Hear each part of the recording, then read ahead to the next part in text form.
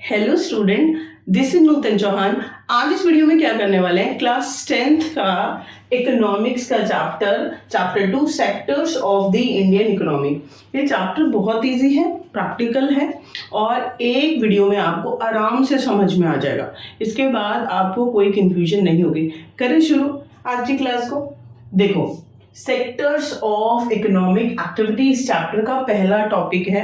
ये बहुत इंपॉर्टेंट, आपने 6th 7th 8th में कहीं पर जरूर सुना होगा। ठीक है, कि जो सेक्टर्स हैं इकोनॉमी के 3 होते हैं, प्राइमरी, सेकेंडरी, टर्शियर। वो तो मैं आपको अभी समझाऊंगी, बट आपको समझ में आना चाहिए एक्टिविटी और इकोनॉमिक एक्टिविटी दोनों चीजें अलग अलग बात है। एक्टिविटी आप खा रहे हैं, नाच रहे हैं, सो रहे हैं, पी रहे हैं, ठीक है, जो भी काम करेंगे वो एक्टिविटी। फिर इकोनॉमिक एक्टिविटी क्या होता है, कोई भी काम जो पैसों के लिए किया जाए तो वो क्या हो गया, इकोनॉमिक एक्टिविटी। ठीक है, आप अपने घर में खाना बना रहे हैं तो फिर वो सिर्फ एक्टिविटी, आप बुकिंग कर रहे हैं। लेकिन एज अ शेफ आप होटल में खाना बना रहे हैं, आपको पैसा मिल रहा है उस बात का, तो फिर वो क्या हो गई, इकोनॉमिक एक्टिविटी। ठीक है, इतनी बात आपको समझ में आ गई।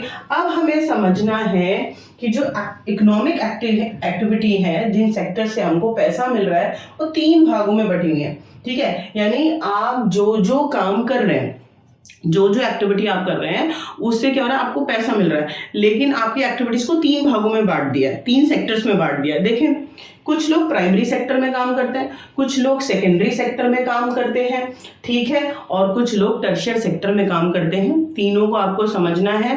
रीजन असर्शन में डाल देंगे, 1 नंबर में डाल देंगे, आपको कंफ्यूज करेंगे, घुमाएंगे। हमें नहीं घूमना है, अच्छे से समझना है। प्राइमरी का मतलब होता है सबसे पहले।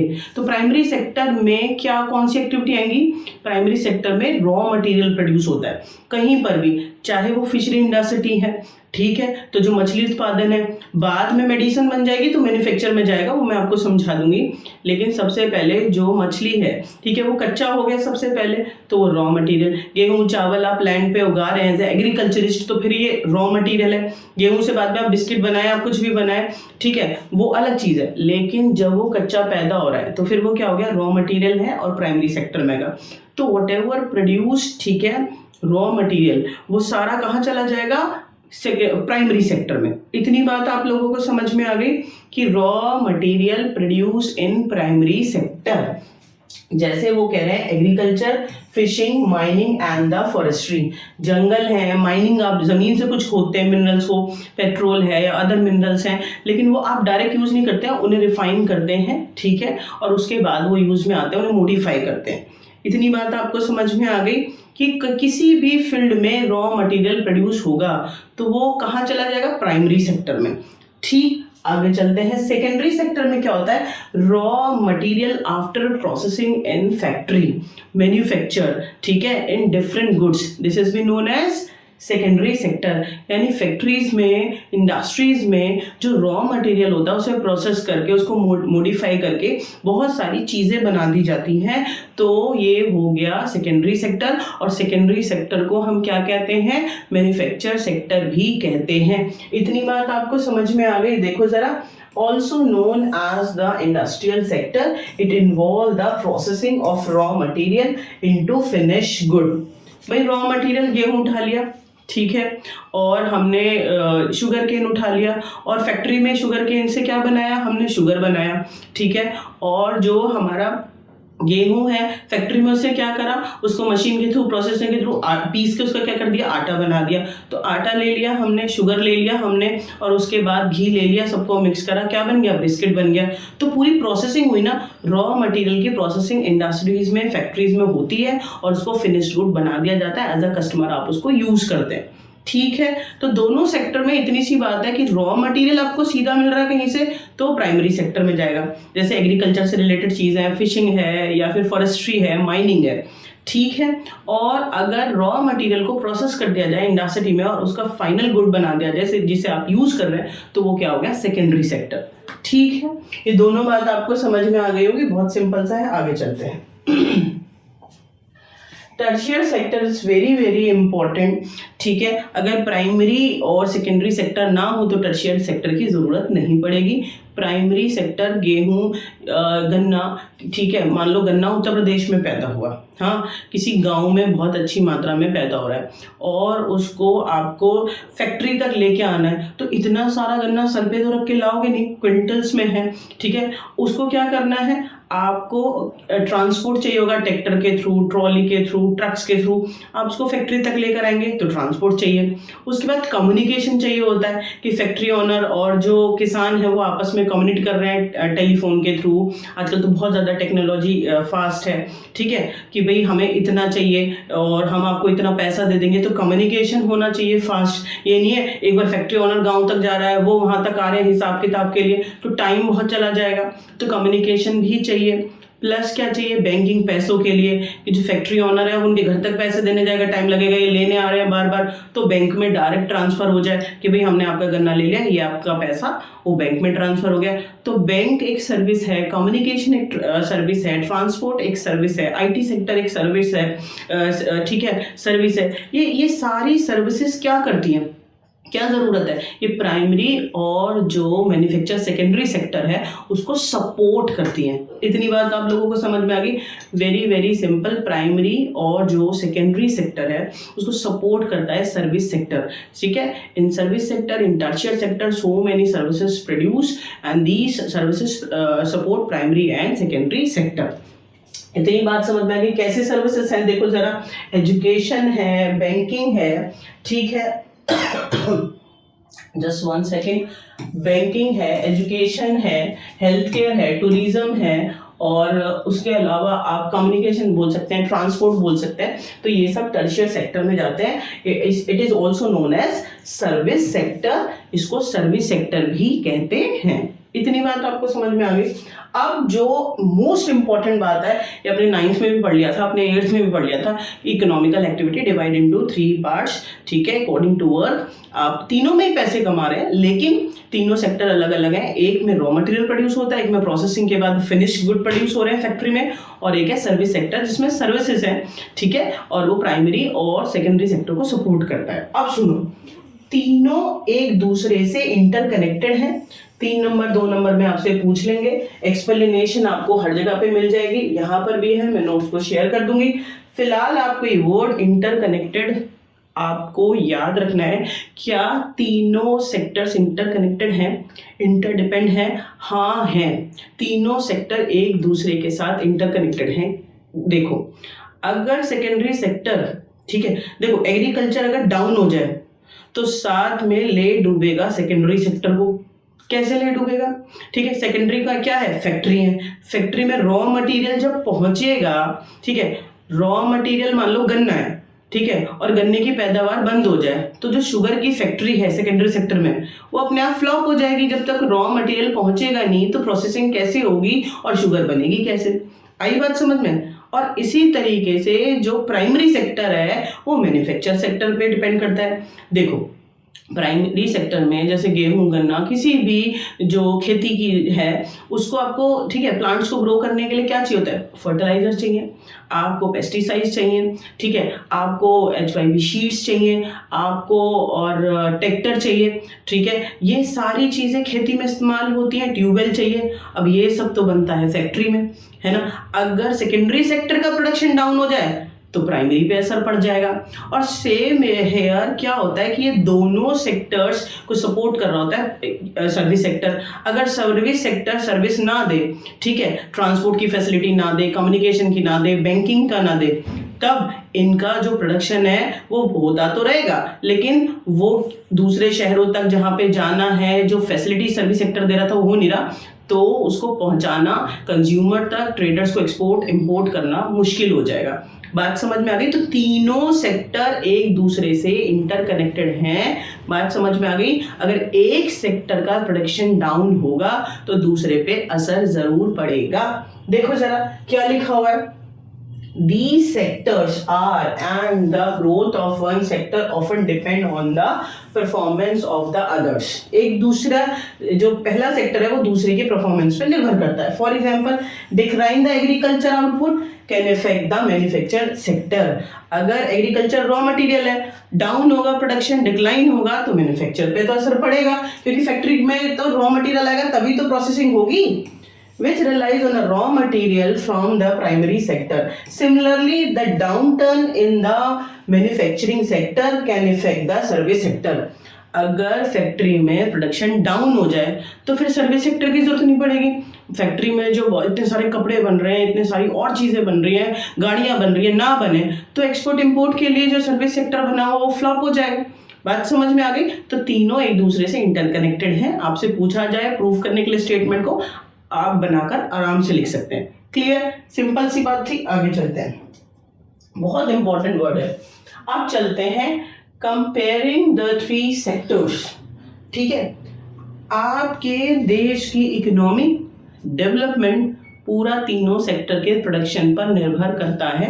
तीनों सेक्टर्स में प्रोडक्शन ज़्यादा होगा, ठीक है, तभी. और जीडीपी, ग्रॉस डोमेस्टिक प्रोडक्ट, मैं आपको समझाती हूँ. अगर ज़्यादा है जीडीपी की ग्रोथ परसेंटेज तो समझ लो देश तरक्की कर रहा है. और अगर प्रोडक्शन सेक्टर्स में डाउन है, प्राइमरी में, सेकेंडरी में, टर्शियर सेक्टर में, तो फिर आपके देश में तरक्की नहीं हो रही है, डाउनफॉल पे है. ठीक है, हमें जीडीपी को किसी भी तरीके से इंक्रीज करना, स्ट्रैटेजी बनाती है गवर्नमेंट, स्टेट और सेंट्रल गवर्नमेंट.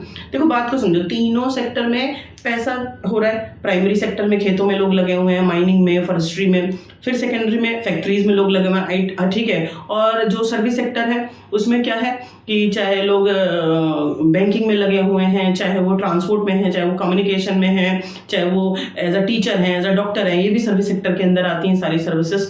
तो ये सब यहाँ पर लोग काम कर रहे हैं ना, तो इट मीन्स तीनों सेक्टर्स में अगर प्रोडक्शन बढ़ेगा ज़्यादा से ज़्यादा तो लोग ज़्यादा काम मिलेगा, लोगों को अर्निंग ज़्यादा होगी, ठीक है. और उसकी वजह से आपके जीडीपी, आपके देश का जो इकोनॉमी है वो बढ़ जाएगी. बात समझ में आ गई? बहुत ज़्यादा ज़रूरी है जीडीपी. किसी भी देश की तरक्की को एनालाइज करना होता है ना, तो जीडीपी को देखा जाता है कि घटी या बढ़ी, और जो ईयर्स हैं उनको कंपेयर कर लेते हैं. ठीक है, जीडीपी होता क्या है, डेफिनेशन कैसे कैलकुलेट करते हैं, क्या. देखो, पहले रॉ मटेरियल था शुगर केन, फिर उसको प्रोसेस करके शुगर बनाया, ठीक. फिर उसको ट्रांसपोर्ट के थ्रू आपके जो पास की शॉप है रिटेलर की, वहाँ तक पहुँचाया गया. फिर एज अ कंज्यूमर आप खरीद के अपने घर तक लाए. तो क्या आप हर बार अलग अलग पैसा देंगे? शुगर केन का अलग, शुगर का अलग, ट्रांसपोर्ट का अलग, बैंकिंग का अलग, ठीक है, अलग अलग पैसा कैलकुलेट होता है? जी नहीं. जो फाइनल आप कंज्यूम करते हैं, अपने घर पर ले आते हैं, उस पैकेट के ऊपर, ठीक है, रॉ मटेरियल, मैन्युफैक्चरिंग, हर चीज इंक्लूड होकर फाइनली वो एक बार प्राइस कैलकुलेट होता है. अगर बार बार करेंगे तो कैलकुलेशन गड़बड़ा जाएगी. भाई आप शुगर केन का अलग लगाओगे, गन्ने का पैसा, ठीक है, और शुगर में आप उसको अलग लगा रहे हैं, तो दो बार कैलकुलेशन रिपीट हो जाएगी ना. भाई आपने शुगर का पैसा लगाया लेकिन वो बनी तो शुगर केन से थी. तो क्या होता है, फाइनल गुड को हम जब पैसा लगाते हैं उसका कि भाई इस दाम पे कंज्यूमर को देना है, तो उसमें रॉ मटेरियल का, प्रोसेसिंग का, ट्रांसपोर्ट का, हर चीज़ का पैसा इंक्लूड होकर तो फाइनल एक प्राइस बन जाता है. ठीक है, तो फाइनल गुड में तीनों सब कुछ इंक्लूड होता है. अगर हम ऐसा नहीं करेंगे तो कैलकुलेशन में मिस्टेक हो जाएगी, रिपीटेशन हो जाएगी. बात समझ आ गई? जरा देखो. तो जीडीपी क्या होता है, कैसे कैलकुलेट करते हैं, फाइनल गुड्स को कैलकुलेट करते हैं या हर सेक्टर के गुड को कैलकुलेट करते हैं, जरा देखो. ठीक है, gross domestic product, the value of the final goods and services produced in each sector during a particular year provide a total production of the sector for the year, and sum of the production of the sectors give gross domestic product. क्या होता है GDP? एक साल में तीनों sector में जितना production हुआ, ठीक है, एक साल में तीनों सेक्टर में जितना भी प्रोडक्शन हुआ जोड़ दो, इसे कहते हैं जीडीपी, प्राइमरी, सेकेंडरी और टर्शियर में. ठीक है, GDP of the country, it is the value of the all final goods.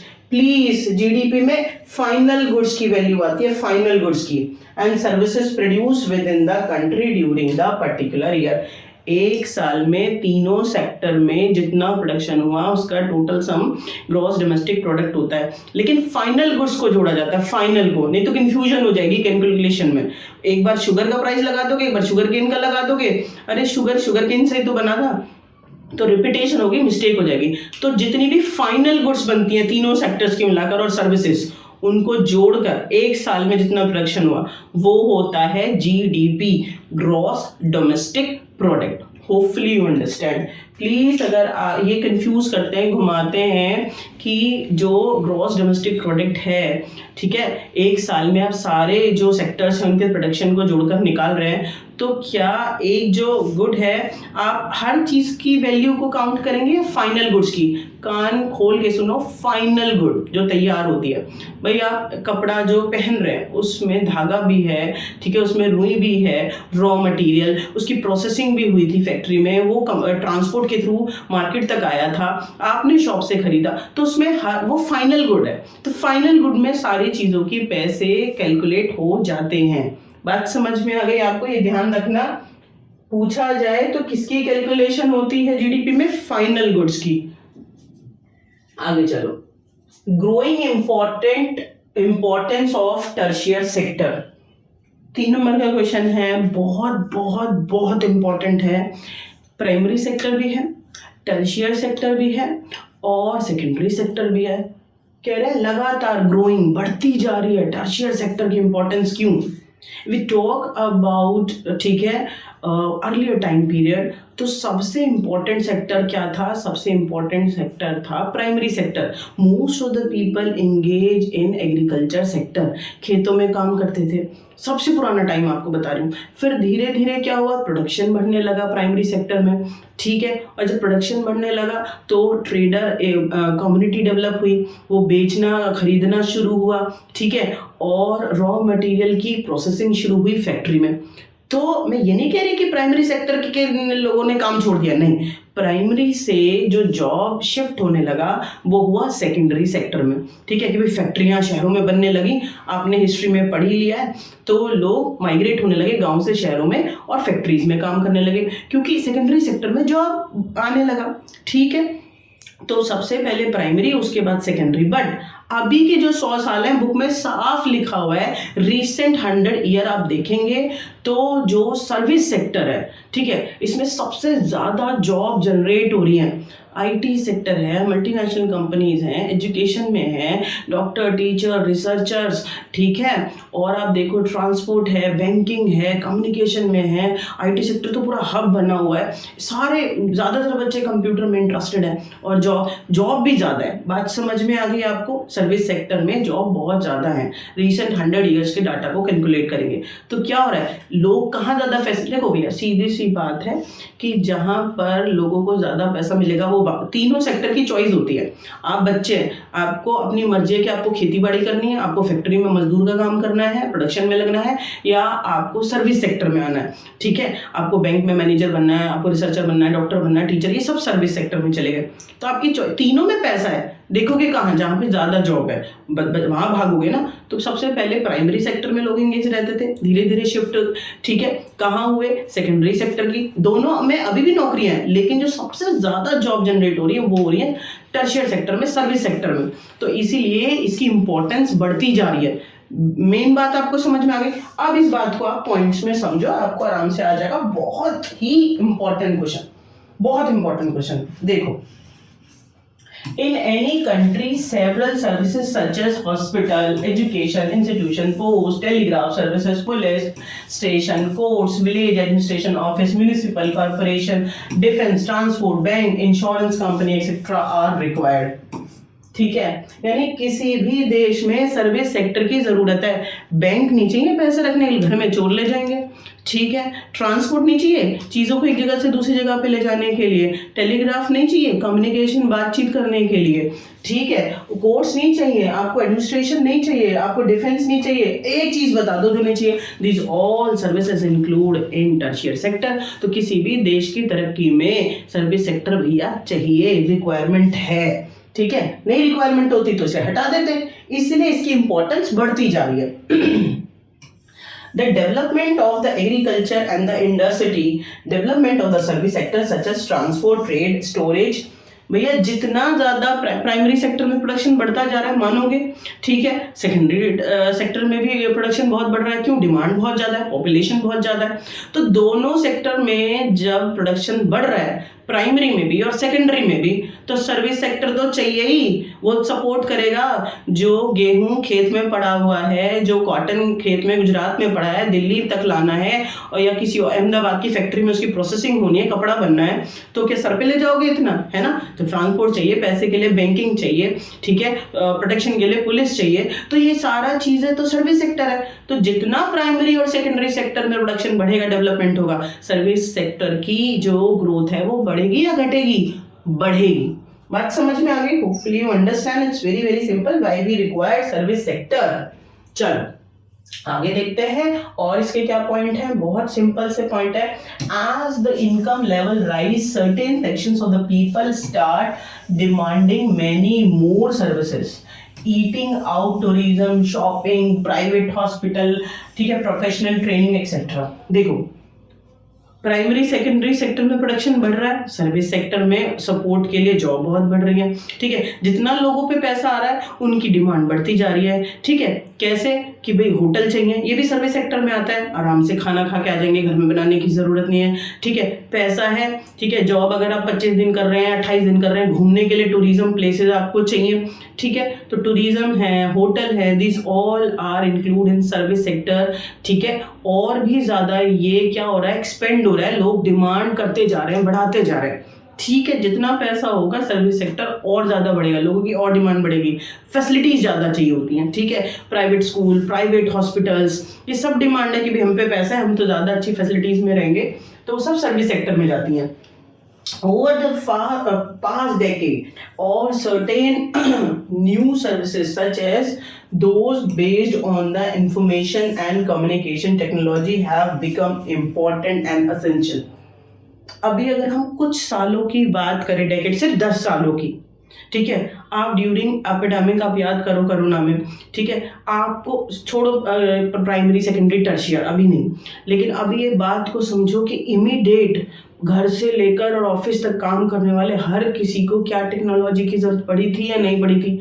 घर से बाहर नहीं जा सकते थे, टीचर्स हैं ऑनलाइन पढ़ा रहे हैं, बच्चे हैं ऑनलाइन सुन रहे हैं, डॉक्टर हैं ऑनलाइन एडवाइस कर रहे हैं दवाइयों को, हर चीज़ ऑनलाइन प्लेटफॉर्म पे तेजी से बढ़ी टेक्नोलॉजी, कम्युनिकेशन। तो कह रहे हैं कि रिसेंट ईयर में टेक्नोलॉजी की बहुत ज़्यादा डिमांड बढ़ रही है, ठीक है। तो सर्विस जब बढ़ रही है तो सर्विस सेक्टर ग्रो करेगा या डिक्लाइन करेगा? ग्रो करेगा।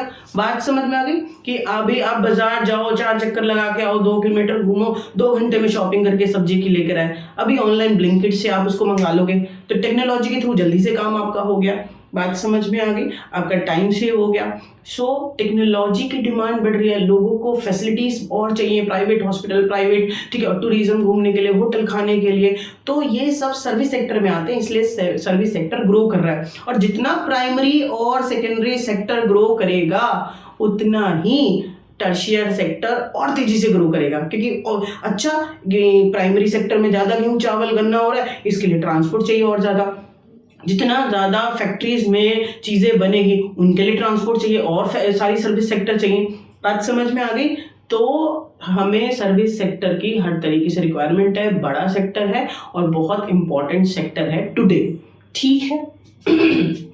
तीनों में पैदावार है, तीनों में जॉब है, बट टुडे ज़्यादातर लोग सर्विस सेक्टर में काम कर रहे हैं, पसंद करते हैं सर्विस सेक्टर में। एज अ स्टूडेंट आप ही देख लो, आप बड़े होके आप में से कोई एग्रीकल्चरिस्ट बनना चाहता है, आप मेरे को मैसेज में टाइप कर देना, मुझे नहीं लगता कोई भी करना चाहता हो। क्या एग्रीकल्चरिस्ट एक प्रोफेशन नहीं है? वो खेती करके पैसा नहीं कमाते हैं, लेकिन नहीं, कोई एग्रीकल्चरिस्ट बनना ही नहीं चाहते, ठीक है। इसलिए कह रही सर्विस सेक्टर का इंपॉर्टेंस बहुत बढ़ गया है। Where the most of the people employed, ठीक है, सबसे ज्यादा जो लोग हैं वो कहाँ पर एम्प्लॉयड है? तो आप प्लीज टर्शियर सेक्टर याद करेंगे। प्लीज प्राइमरी में भी लोग काम करते हैं, सेकेंडरी में भी करते हैं और टर्शियर में भी करते हैं, लेकिन जो सबसे ज्यादा है where are most of the people employed, तो फैसिनेट कहाँ पे हो रहे हैं, ज्यादा जॉब जनरेट कहाँ हो रही है, टर्शियर में हो रही है। लेकिन अगर हम वैसे देखें, देखो जरा क्या क्वेश्चन है यहाँ पे, बड़ा कंफ्यूजन होता है, एक नंबर में भी बच्चों को समझ नहीं आता क्या कहना चाहते हो, ध्यान से समझो।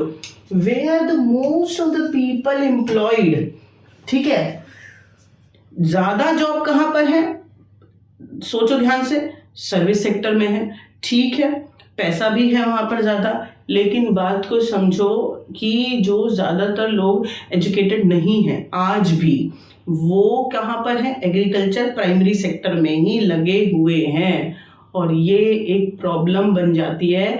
क्या होता है वो जरा ध्यान से समझो कि अंडर एम्प्लॉयमेंट, आप इसको डिस्गाइज है, अनएम्प्लॉयमेंट आ जाए तब भी यही लिखना है, अंडर एम्प्लॉयमेंट आ जाए तब भी यही लिखना है, ठीक है। एक्चुअल क्या होता है, more people work than required, जितने लोग काम कर रहे हैं, ठीक है, उतनों की जरूरत नहीं होती, इट्स अ हिडन अनएम्प्लॉयमेंट, छुपी हुई। देखो एक खेती का फील्ड है, लोग वहां पे खेती कर रहे हैं, प्रोडक्शन के लिए 5 लोगों की जरूरत है, 50 लगा लो, हो अगर 50 किलो प्रोडक्शन होना तो 50 ही है, 5 लोगों की जरूरत है और 50 लगे हुए हैं, तो 45 लोगों की जो, ठीक है, पोटेंशियल थी काम करने की, इनकम की, वो तो वेस्ट हो गई, वो कहीं और भी पैसे कमा सकते थे। अब ये होती कैसे, गांव में क्या होता है, जितने भी फैमिली मेंबर होते हैं, मम्मी पापा उनके बच्चे, वो सारे खेतों में ही लगे होते हैं, सारे जिन्हें खेती के प्रोडक्शन में लगे होते हैं, कोई ना कोई प्लांट को ग्रो कर रहे हैं और उसको बेच रहे होते हैं अपने सर्वाइवल के लिए। बात तो ठीक है कि सब एक ही काम कर रहे हैं, लेकिन बेटा उनके पास जितनी ज़मीन थी, छोटी से स्मॉल प्लॉट है, उस पर वो कल्टीवेट कर रहे हैं और जो प्लांट्स उनको ग्रो कर रहे हैं, ठीक है, क्रॉप्स को ग्रो कर रहे हैं, लेकिन बात को समझो कि छोटे से प्लॉट को ग्रो करने के लिए 2 लोगों की ज़रूरत है और 7 लोग लगे हुए हैं, तो फिर 5 लोग को लगता है कि वी आर इंगेज, हम सपोर्ट कर रहे हैं, हम अर्न कर रहे हैं, but actual their energy waste, उनका पोटेंशियल वेस्ट हो रहा होता है, क्योंकि प्रोडक्शन तो 2 से भी उतना ही होना था। अब मैं एज अ टीचर आपको पढ़ा रही हूँ, अब इसी लेक्चर को 20 टीचरों से और सुन लो, प्रोडक्शन तो हो चुका है, एक टीचर से आपको समझ आ गया, अब 20 लेक्चर आप जो सुन रहे हैं तो उनकी एनर्जी वेस्ट ही तो हो रही है, क्या फायदा हुआ, और आपकी भी एनर्जी वेस्ट हो रही है, समझ रहे, प्रोडक्शन तो तब भी उतना ही होगा, ठीक है, क्या कहना चाहती हूँ, समझ रहे हो ना। तो hopefully you understand under employment definition बहुत इंपॉर्टेंट है। This is the situation of where people are apparently working but all them are made to work less than their potential. It means underemployment, this is a problem, ठीक है। In this situation all people engage in work, ठीक है, but some people, उनको पता ही नहीं होता कि जो उनके पोटेंशियल है उस हिसाब से वो काम कर ही नहीं रहे, लगे हुए खेतों में, 50 बंदे लगे हुए, 5 से हो जाता काम, लेकिन 50 बंदे, पूरी फैमिली लगी हुई है, 7, 8, 12 लोग जितने भी है फैमिली के अंदर, ठीक है। This kind of under employment is hidden, छुपी हुई होती है, लोगों को पता नहीं चलता कि हमारी एनर्जी वेस्ट हो रही है। Contrast to someone who does not have a job, hence it is called the disguised unemployment, ठीक है। इतनी बात आपको समझ में आ गई, बहुत सिंपल है कि अंडर एम्प्लॉयमेंट छुपी हुई होती है, लोगों को लगता है हम काम कर रहे हैं, बट उनकी जो पोटेंशियल है काम करने की उतनी वो यूटिलाइज नहीं करते हैं, ठीक है। आगे चलो। How to create more employment, 5 number का क्वेश्चन है, बहुत इंपॉर्टेंट है, 3 नंबर में भी है कि एम्प्लॉयमेंट हम ज़्यादा से ज़्यादा जनरेट कैसे कर सकते हैं। एम्प्लॉयमेंट होगा, लोगों के पास जॉब होगी, वो कमाएंगे, तभी तो देश तरक्की करेगा, वो तरक्की करेंगे। बहुत इंपॉर्टेंट क्वेश्चन है, ज़रा देखो इसको। पूरे चैप्टर के टॉपिक्स को मैंने सीरीज में रखा हुआ है, आप एक बार सुनेंगे, एक बार में खत्म, कोई टेंशन वाली ज़्यादा बात है नहीं। देखो, employment can given to people by identifying, promoting and locating industries and service in the semi-rural area, यानी कि गांव में, शहरों में किसी आपको ज़्यादा से ज़्यादा गवर्नमेंट को एम्प्लॉयमेंट जनरेट करनी पड़ेगी। बात समझ में आ गई। Every state and region has the potential for increasing income employment people in the area. It can be done by the tourism, regional craft, banking. आपको हर क्षेत्र में जॉब को बढ़ाना है, हर स्टेट गवर्नमेंट को ये करना है, हर रीजन में, हर गांव में, हर शहर में, ठीक है, जितना वो कर सकते हैं, जितनी पॉसिबिलिटी है उसको बढ़ाओ। चाहे वो हैंडीक्राफ्ट को भी बढ़ावा देना है, टूरिज्म को बढ़ावा देना, टूरिज्म में देखो कितना ज़्यादा जॉब है, ठीक है। तो ज़्यादा से ज़्यादा क्या करना है, हर सेक्टर में जॉब्स को जनरेट करना है, इंक्लूडिंग आईटी सेक्टर में तो बहुत ही ज़्यादा हो सकती है।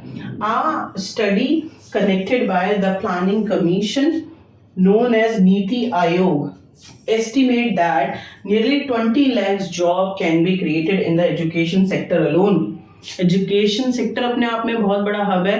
नीति आयोग को पहले प्लानिंग कहते थे कमीशन, अभी नीति आयोग कहते हैं, ठीक है। इसकी रिपोर्ट्स में बताया कि सिर्फ और सिर्फ एजुकेशन सेक्टर में 20 लाख जॉब को जनरेट किया जा सकता है अकेले, ठीक है। तो वो क्या कह रहे हैं कि गवर्नमेंट को, स्टेट गवर्नमेंट को, सेंट्रल गवर्नमेंट को स्ट्रैटेजी प्लानिंग करनी पड़ेगी और गाँव में, शहरों में, हर क्षेत्र में, ठीक है, चाहे वो फैक्ट्रीज में, आईटी सेक्टर में, टूरिज्म में, बैंकिंग में, ठीक है, एजुकेशन में जॉब को बढ़ाना पड़ेगा, ठीक है। हो सकता है, कोई बहुत बड़ी बात नहीं है।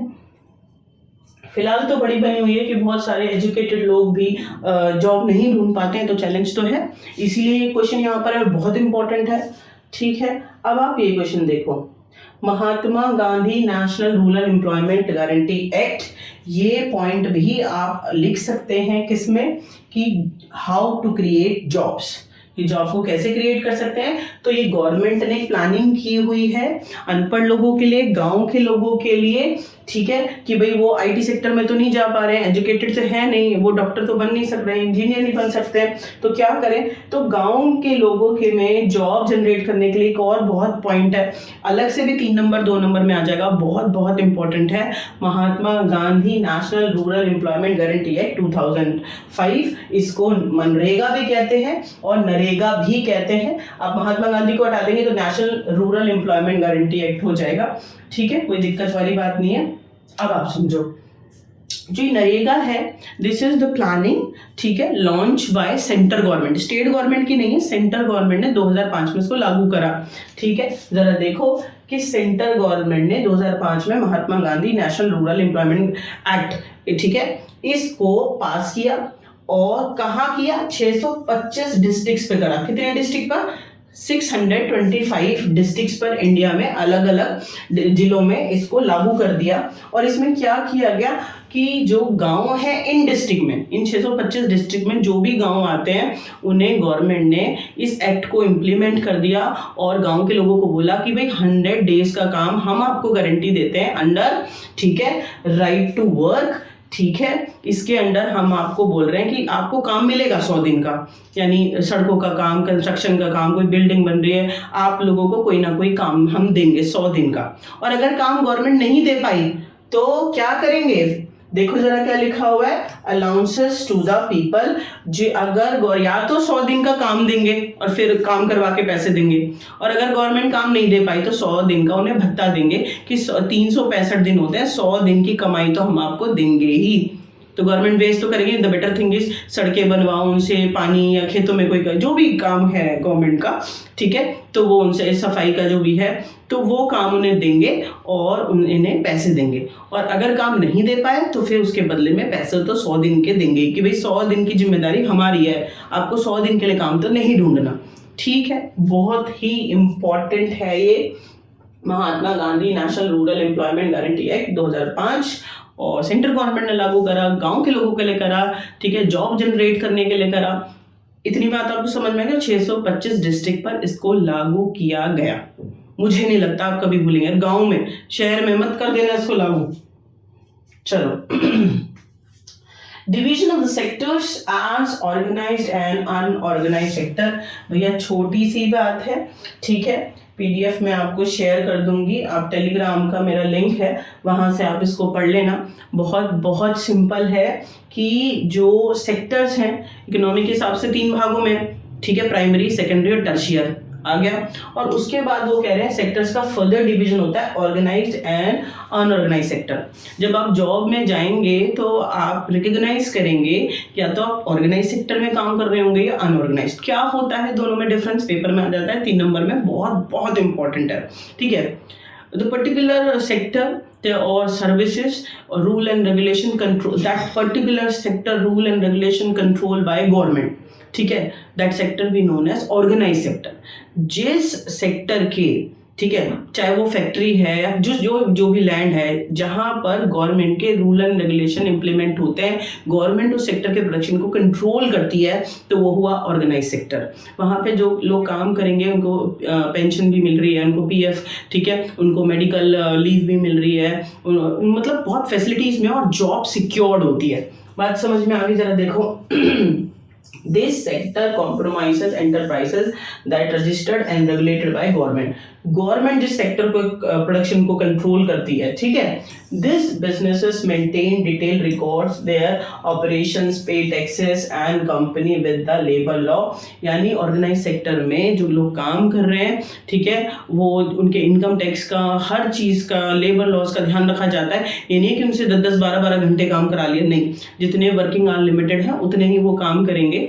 तो रूल एंड रेगुलेशन जो गवर्नमेंट ने बनाए हैं वो वहां पर इम्प्लीमेंट हो रहे हैं। तो जिस सेक्टर के, जिस लैंड के, जिस फैक्ट्री के प्रोडक्शन को गवर्नमेंट कंट्रोल करे, तो वो हो गया ऑर्गेनाइज सेक्टर, ठीक है। और अनऑर्गेनाइज, और यहाँ पर जॉब सिक्योरिटी होती है। क्या होता है? जॉब सिक्योरिटी होती है। और अनऑर्गेनाइज सेक्टर में क्या होता है? दिस सेक्टर, ठीक है, activities does not control by government. Government के रूल एंड रेगुलेशन इसके ऊपर लागू नहीं होते, और कुछ जो लागू भी होने होते हैं तो वो डिनाई करते हैं। बात समझ में आ गई? ऐसा तो नहीं है, क्योंकि जो प्राइवेट सेक्टर है उसको भी गवर्नमेंट कुछ रूल रेगुलेशन बना के रखती है, बट ये लोग उसको क्या कर देते हैं? डिनाई कर देते हैं। बात समझ में आ गई? और प्लस इसके अंदर लैक ऑफ जॉब सिक्योरिटी होता है।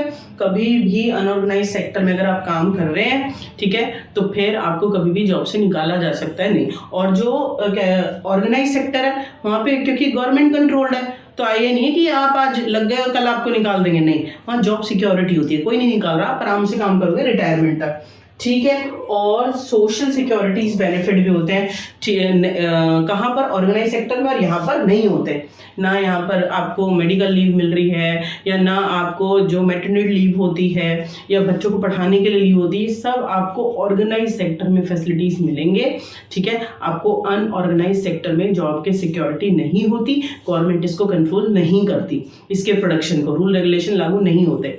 इतनी सी बात है ऑर्गेनाइज्ड और अनऑर्गेनाइज सेक्टर में। तो होपफुली आप कमेंट सेक्शन में बताना कि आप ऑर्गेनाइज सेक्टर में काम करना पसंद करेंगे या फिर अनऑर्गेनाइज में।